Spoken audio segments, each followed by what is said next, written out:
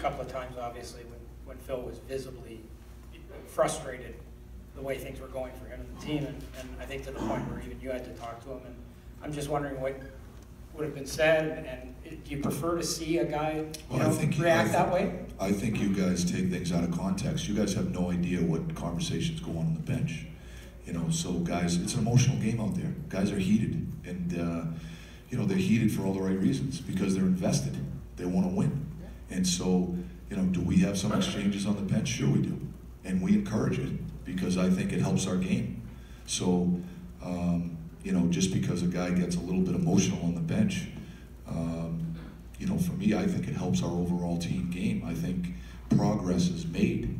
So, you know, we call it a man's argument, you know.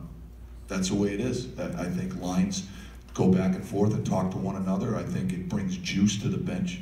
And Phil's an emotional guy. When he comes back to the bench, he wants a pass and he doesn't get it, he lets a guy know.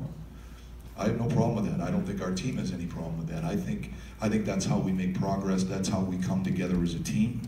I think it brings energy to our bench, and for me, that's a good thing. So it tells me that we've got a bunch of guys that are invested and they want to win. Mark in the middle. Coach, once Justin Schultz went out, what did you and Jacques Martin decide in terms of juggling the D, and how do you think those guys responded to having to play with just 5 for most of the game? I thought they did a great job. You know, I think Jacques does a really nice job, and he's trying to balance getting certain matches that we'd like to get with making sure that we spread the minutes to a certain point where nobody gets overtaxed. And so we believe we have a defense core that we have the ability to spread the minutes, and everyone is at their best when that's the case. So he walks that fine line when you lose a guy that early of trying to get certain matchups that we think are favorable to us, but also making sure that he manages those minutes the right way so no one bears that burden of responsibility that might be too great. So I think Jacques does a terrific job back there, and I thought the players responded really well. Mike, getting back to conversations on the bench, it was a media timeout. You had both hands on Malkin's shoulders. You're in his ear.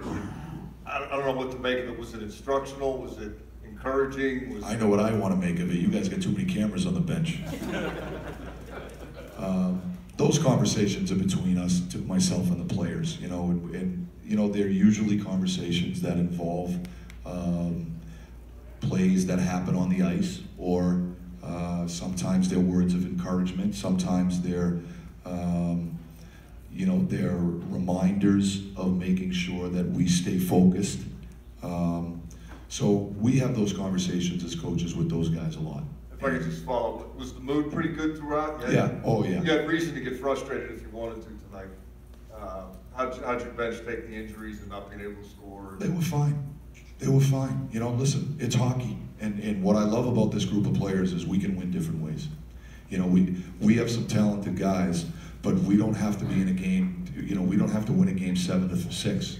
We can win a game 1-0, just like we did tonight, as long as we make sure that, you know, we embrace that challenge and we don't feed our opponent's transition game. And most importantly, we're a team that doesn't beat itself. We make sure that we stay focused. We take what the game gives us out there, and there's going to be shifts, you know, against a team that's playing defense first the way they are, and their counterattack mentality, that, you know, there's going to be shifts out there where you might not get much, and we have to be okay with that.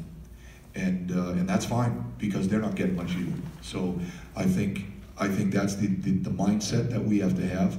I thought our players from start to finish tonight had a real discipline of mind in making sure that we stayed the course, that we didn't try to force things that aren't there, and that we look for our opportunities to create when they presented itself. We had a number of really high quality chances tonight that we didn't score on. We hit some posts, but we were really pleased with the amount of quality scoring chances that we were able to generate, and we were pleased with the way we were able to dictate the terms out there.